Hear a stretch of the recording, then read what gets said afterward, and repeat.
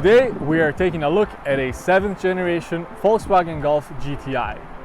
This is considered by many one of the most exciting front-wheel drive cars you can buy to this day, especially with a manual transmission like this one has.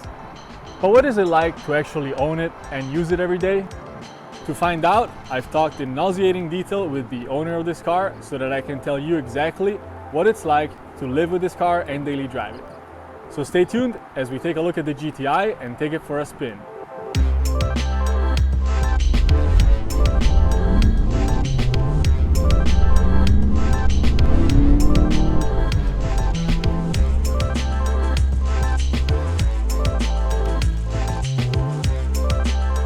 Let's start by taking a look at the exterior. The iconic design of the Golf has been updated very gracefully over the years, and this generation is no exception. The 7th generation came out in 2014, and this car in particular is a 2016 model year, but it is still a very good looking car with a good balance of aggressiveness and simplicity. It's not flashy, it doesn't scream for attention, especially in this carbon steel gray color, but it has subtle hints that it's a mean car. This is particularly noticeable in the front end. The headlights are mean looking. I like the red line that runs across the headlights and through the upper grille. This is one way you can distinguish the GTI from the regular Golf. That is, in case you missed the GTI badge right here. This car has the lighting package, so the headlights are adaptive and they even do a little dance when you start the car up. Hood and side profile are simple with no redundant body curves or features. The roofline follows that classic hatchback design, so you don't lose any headroom in the back seats or cargo space in the trunk. These 18-inch alloy wheels are the only option for all trims for this model year, and the design is not bad. I'm personally not a huge fan of directional wheel designs, as half of the wheels look like they're turning in the wrong direction, but it's not a huge deal. The red brake calipers are a nice touch and another way to know that you're not looking at a regular Golf. This car rides on 225/40 tires. Rear end looks clean and sporty. You have a little spoiler up at the top, very well integrated. Taillights have a nice shape. You have dual exhaust tips, which are kind of small but sound pretty good from the outside. Let's have a quick listen.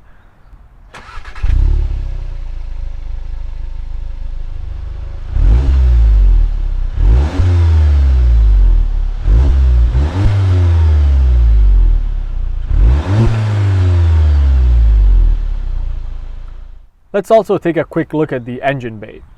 Under the hood we have a 2-liter dual overhead cam 4-cylinder engine with 4 valves per cylinder.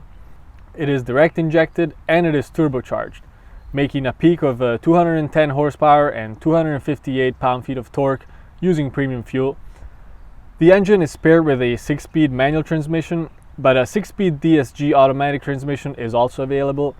So pretty good specs on paper, and we will see later how these numbers translate into actual driving performance. Now the turbocharger and the overall tuning of this engine make it way thirstier than the regular Golf. Rated MPG is 25 in the city and 34 on the highway, and the owner tells me that these numbers are a bit on the optimistic side.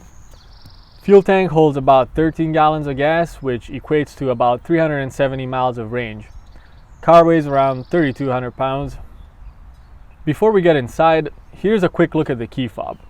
It feels solid and looks pretty good, but I'm not sure why they had to include the old school switchblade key, since this car has keyless access with push button start, meaning you can just touch this area to lock the car and simply grab the door handle to unlock it. So let's step into the GTI. So this is where the 7th gen GTI reveals its true age. Back in 2013, when this generation of Golf was introduced, this must have been a great looking interior. But in today's age, where even entry-level cars have swooping dashboard designs and fake leather and stitching everywhere, this car has a lot of plain plastic and overall just an okay looking design.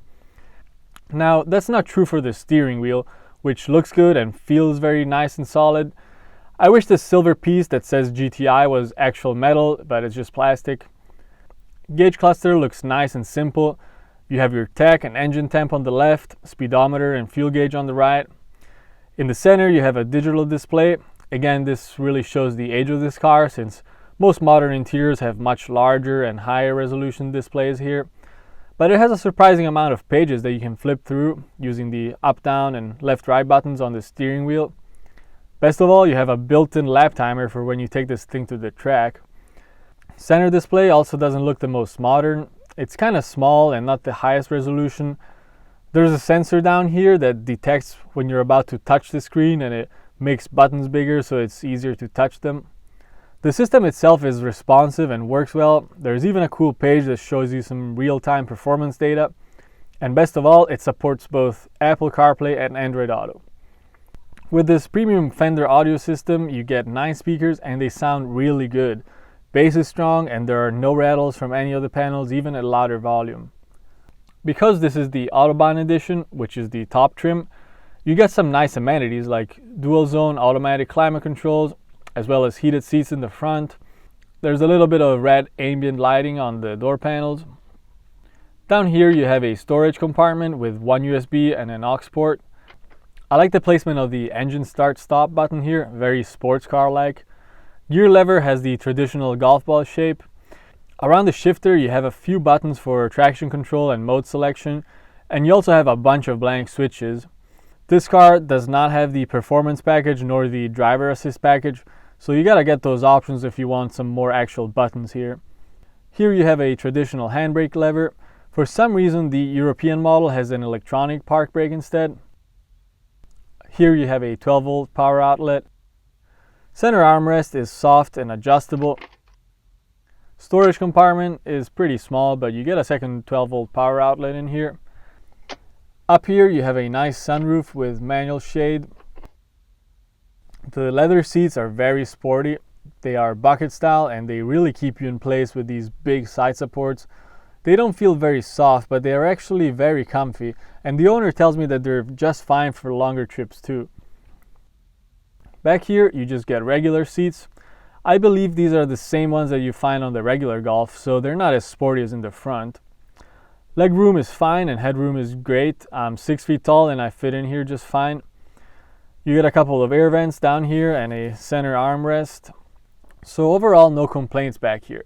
For a car this size, they really made an excellent use of space. The trunk release is integrated in the emblem. The Volkswagen badge also hides the backup camera. As you can see, one of the benefits of the hatchback is the large trunk space and huge opening.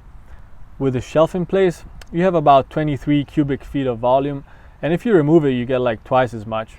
You can also drop down the rear seats, which are split 60-40 if you want to load up even larger items. So that's about it for the interior and exterior overview. Now it's time to take it for a test drive and see how it actually drives. Before we get out on the road, here's a quick look at the backup camera. It's very basic, but it has decent quality.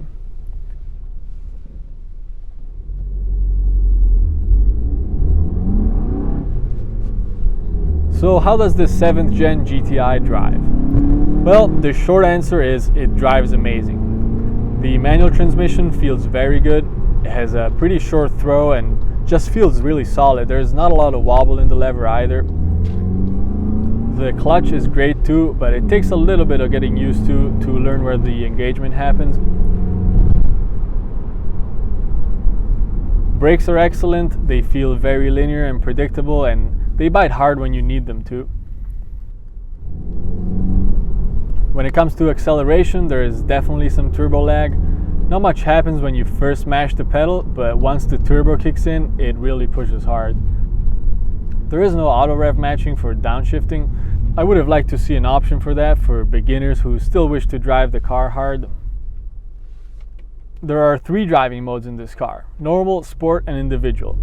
No eco bullshit in this car. This is a sporty car 24/7. So when you put the car in sport mode, the steering becomes heavier, the throttle becomes more responsive, and the sound of the engine gets louder.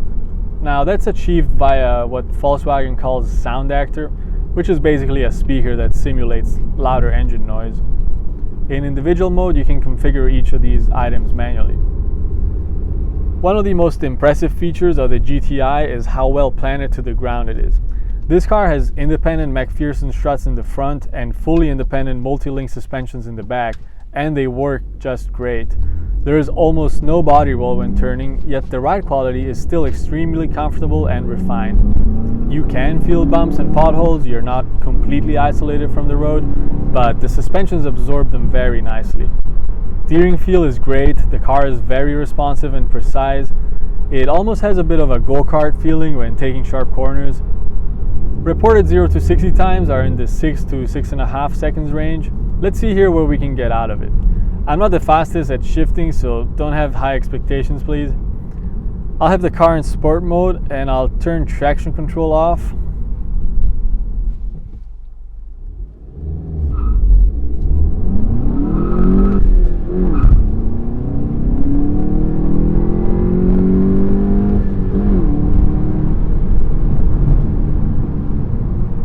Alright, not too bad. The car did great, but I definitely have room for improvement. If you really plan on driving this car hard or taking it to the track, definitely get the performance package, which adds a limited slip differential as well as bigger brakes and 10 extra horsepower. This car handles freeway cruising just fine. At 65 miles per hour in 6th gear, the engine is turning at around 2200, so not bad.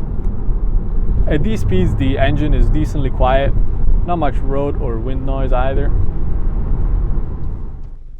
So what this car offers is a very well balanced mixture of two completely different domains. On one hand, it fulfills most requirements of daily driving practicality thanks to its spacious interior, good technology, comfortable ride quality, and decent fuel economy. On the other hand, it satisfies the needs of even the most demanding car enthusiast who wants an engaging car to throw around corners on the weekend. So if you're someone who wants both of these, and if you're okay with the aging interior, the GTI is an excellent option. For the current model year, the bare bones trim starts at around $28,000, which is a great price for what you get, but optional features are pricey and you can get up to almost $38,000 for a fully loaded one. If you don't want to spend that much on a new one, check out the used market because you can find some great deals in the $15,000 to $20,000 range. So I hope you enjoyed this video and maybe learned something new about the 7th generation GTI.